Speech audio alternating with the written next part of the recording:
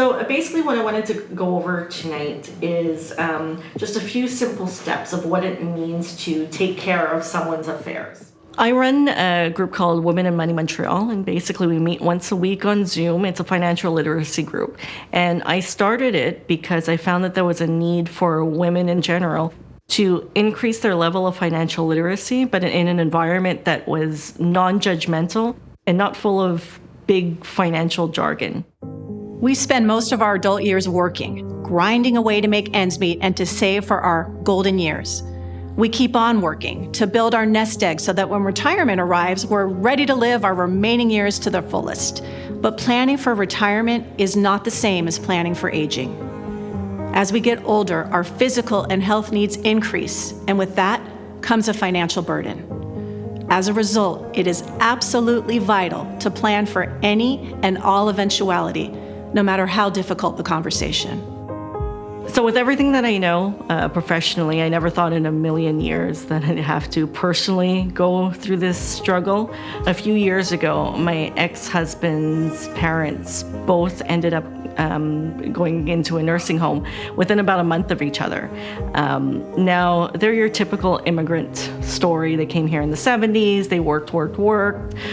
They saved. They bought real estate, they put money aside, they had life insurance. They did everything that you're supposed to do on a financial planning checklist, except get those documents that kind of ties everything together. Now, what happened is that one of their family members was the one to take care of their affairs. So they own real estate, they have bills that need to be paid and whatnot. And what happened with that family member is that they didn't take care of anything. Their real estate properties were about to be seized, and they were served by a bailiff at the nursing home. And it was a mess. It was an absolute mess because nothing was organized. So I had to deal with the various financial institutions involved. I also had to deal with the legal process. I also had to deal with the family dynamic. I put it on my shoulders because it had to be done. The burden is huge when the documents are not in place. And you hear all the horror stories, like there was no will, there was no mandate or no powers of attorneys or no documents in place, no insurance. A lot of things can catch you off guard. And one way to make sure that that doesn't happen is to have those discussions with your advisor.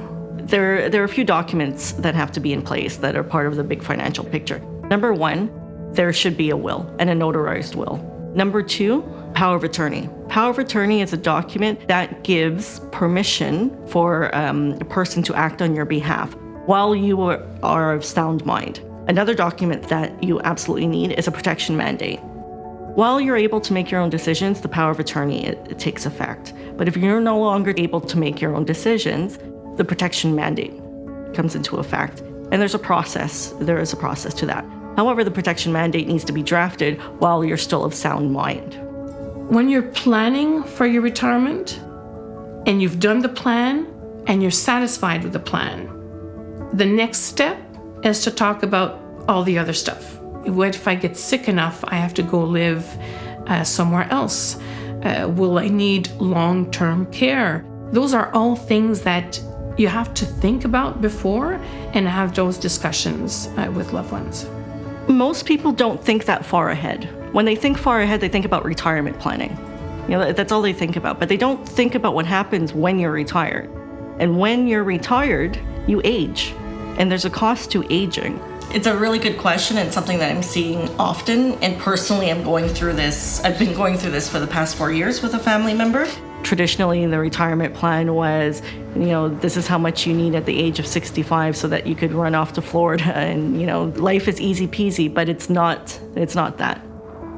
Conversations about finances and our needs can be uncomfortable, but having these conversations now, proactively, will help you and your family set the foundation to ensure your financial security.